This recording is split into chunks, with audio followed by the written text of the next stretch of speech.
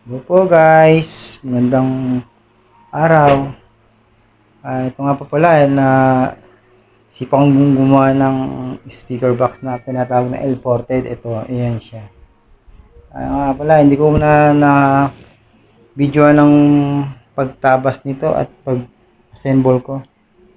Siguro i-send ko na sa ipipicture ko na lang.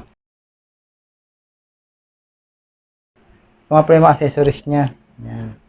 Ang handle, corner guard, ang stick on, yung terminal, mahina ko na rin po yan. Dati nga pala, ito nga po pala ilulot ko. Ito, 15 na 1508. Max power niya 500.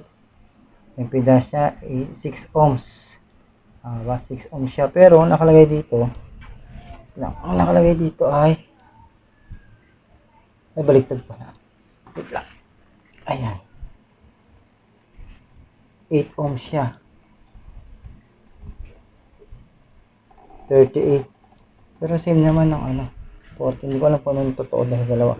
Ito, meron isang nito, speaker na plain lang siya na hindi siya nakapintura, sa wala siyang haba-haba tawag dito. Yan. Dati pala, nung last year, gumawa ako ng speaker. Ito. Ayan. Pang mid ko to.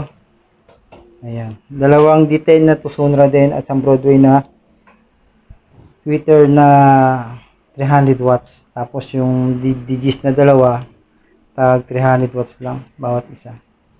Yan ang aking gagawin ko siyang mid. Ito na rin pala yung screen niya. Ito guys, yan. May screen na rin siya. Para dito. Ayun. Okay, ito na siya.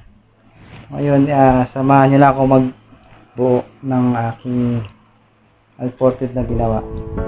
Ito po, fast forward na po natin ito. Okay.